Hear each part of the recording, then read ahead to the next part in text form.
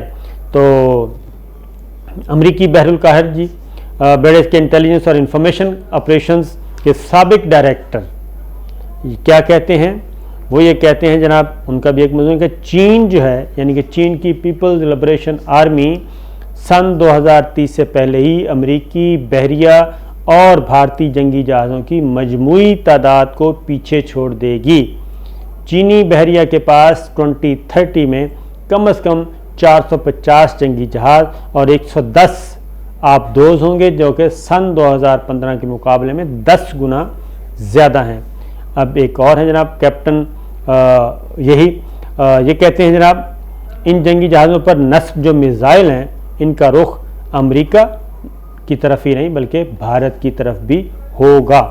اور stock home کے international peace research institute نے اپنی حالیہ رپورٹ میں ایک اور بات بھی کہی ہے جناب, اور وہ کہی ہے کہ دنیا کی 25 سب سے بڑی اسلحہ ساز کمپنیوں میں سے 4 چینی کمپنیاں شامل ہیں, جو کہ چوٹی کی 10 کمپنیوں میں 3 کمپنیاں چین کی ہیں. چین امریکہ, روس, فرانس, جرمنی کے بعد ہتھیار برآمد کرنے والا دنیا کا 5واں بڑا ملک ہے جناب اس وقت چین. اور اس کے خلاف بھارت کیا ہے؟ بھارت فوج پر سب سے زیادہ خرچ کرنے والا دنیا کا 3را ملک ہونے کے باوجود ہتھیار درآمد کرنے والے ملکوں میں 2 نمبر پہ ہے. اور دفاعی بجٹ کا بہت بڑا حصہ سابقہ فوجیوں کے پینشن پہ خرچ ہو جاتا ہے. اور 2021 کے $63 بلین کے بجٹ میں $18 بلین پینشن اور ادائیگی پر خرچ کیے جائیں گے. اور اس لیے جناب وہ کہتے ہیں کہ پرانے فوجیوں کو پالیں یا پھر ہم اسلحہ خریدیں. اب آتے ہیں پاکستان کے ساتھ ذرا کمپیئر کر لیں. پاکستان کے ساتھ کمپیئر کریں تو جناب پاک بحریہ کا زمین سے فضا پر مار کرنے والے میزائل کا کامیاب مظاہرہ یہ پاک بحریہ کر رہی ہے. 50 آرم ڈرونز آ رہے ہیں اور نہ صرف ہماری بحری فضائی حدود بلکہ بری اور فضائی یہ سب کے سب ہمارے جناب ہم اس میں برتری حاصل کریں گے. اور پاک بحریہ کی ایئر ڈیفنس یونٹ نے زمین سے فضا میں مار کرنے والے میزائل کی فائرنگ کا کامیاب مظاہرہ کیا ہے. اور ہمارے پاک بحریہ کے سربراہ امجد خان نیازی نے جناب یہ میزائل فائرنگ کا مشاہدہ کیا. اور جو چیز ڈیٹیل سامنے آئی ہے اس میں جناب اس سے ہماری آپریشنل صلاحیتوں میں اضافہ ہوگا.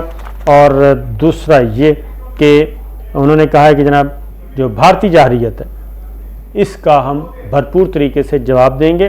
اور ساتھ ہی ساتھ دسمبر میں جناب پاک بحریہ نے شمالی بحریہ اور مکران کی ساحلی بندرگاہ پر جنگی بحری جہاز اور فضا سے اور آبدوز سے میزائل فائر کرنے کے کامیاب مظاہرے ہم پہلے ہی کر چکے ہیں. اب ایک اور چیز آپ کو میں بتاتا ہوں اور وہ ہے ہماری فضائیہ کا. اب بھارتی پہلے ایک خبر سن لیں. چلیں جی پہلے میں آپ کو GF-17 اب رافیل لیے ہیں پاکستان انڈیا نے رافیل اور ان پہ بڑے شادیانے بجائے گے, لیکن ان کو ابھی بھی انہوں نے پوجا پاٹ کے لیے رکھا ہوا ہے مودی سرکار نے اور بھارتی فضائیہ نے. ان کو میدان میں نہیں اتارا۔ اب پاکستان نے کیا کیا ہے؟ پاکستان نے جناب JF-17 ڈبل سیٹ طیاروں کی پاک فضائیہ میں شمولیت ہو گئی ہے، اور تقریباً 14 طیارے جو ہیں وہ پاک فضائیہ کے حوالے کر دیے گئے ہیں۔ یہ JF-17 ڈبل سیٹ والے طیارے ہیں، اور یہ بلاک 3 کی تیاری بھی شروع کر دی گئی ہے۔ اور JF-17 جو ڈبل سیٹوں والے طیارے ہیں جناب، یہ صرف میدان جنگ میں ہی کام نہیں آئیں گی، بلکہ اس میں ایکسرسائز کے لیے بھی اور ٹریننگ کے لیے بھی یہ استعمال ہوں گے۔ اور دوسرا یہ کہ یہ ہیں کیا، یہ ڈبل سیٹر بھی، اور جو بلاک 3 کے آ رہے ہیں JF-17، یہ جو بلاک 3 کی تیاری شروع، اور یہ JF-17 ڈبل سیٹر، یہ جو اس وقت رافیل طیارے ہیں انڈیا کے پاس، ان سے بہتر ہیں، ان سے اپ گریڈڈ ہیں، اور ان سے کیا کہنا چاہیے، صلاحیتوں میں بھی بہتر ہیں۔ اور یہ 14 طیارے حوالے کیے گئے ہیں، اور اس سے جو ہماری دفاعی صلاحیت، پاک فضائیہ کی صلاحیت نہ صرف بڑھ جائے گی بلکہ بہت زیادہ بڑھ جائے گی۔ اور اس کی ایک اور ریزن بتا دوں، آپ کو معلوم ہے کہ ہمارا جو دفاع ہے وہ پاک فضائیہ پہ بہت زیادہ منحصر ہے۔ MM عالم چند منٹوں میں، چند سیکنڈوں میں، اور انہوں نے 8 طیارے گرائے تھے، وہ ایک عالمی ریکارڈ ہے، آج تک بیٹ نہیں ہوا۔ ہم اسرائیل کے طیاروں کو بھی شکست دے چکے ہیں مشرق وسطیٰ کی جنگ میں، اور انڈیا کبھی بھی ہمارے ساتھ فضائیہ کے پاک فضائیہ کے مقابلے میں بحری انڈین فضائیہ کبھی بھی ہم سے آگے نہیں نکل سکی۔ اور آپ کو 27 فروری والا کے واقعہ تو یاد ہی ہوگا، ابھینندن والا، کہ اس دن بھی ہماری پاک فضائیہ نے زبردست کام کیا تھا جناب۔ اب یہ JF-17 جو ہیں یہ ہم خود بناتے ہیں، رافیل ان کو خریدنا پڑتا ہے، یہ ہم اس میں اپنی مدد آپ کے تحت چائنا کی اشتراک سے یہ بناتے ہیں جناب، اور ہم یہ ایکسپورٹ بھی کر رہے ہیں، اور یہ ہم سے مختلف ممالک JF-17 جو ہے وہ خرید بھی رہے ہیں، اور اس سے ہماری اکانومی بھی بہتر۔ اور چین کے سفیر جناب اس خصوصی تقریب کے مہمان خصوصی تھے، جو پاک فضائیہ کو JF-17 ڈبل سیٹر دیے گئے ہیں، اور انہوں نے ایک بات کی ہے، انہوں نے کہا ہے کہ جناب یہ جو طیارے ہیں اس کے بعد ہم اپنے مشترکہ دشمن کو ٹھیک ٹھیک سبق سکھا سکیں گے، اور وہ مشترکہ دشمن آپ کو معلوم ہی ہے کون ہے، ہمارا پڑوسی ہے بہت اچھا، اور وہ ہے انڈیا۔ اس کی طرف انہوں نے اشارہ کیا، انہوں نے کہا جناب یہ پاک فضائیہ بلاک 3 بہت اہم منصوبہ، دفاعی پیداوار میں تعاون ہماری دوستی کی مثال، اور اس میں بڑھوتری ہوگی۔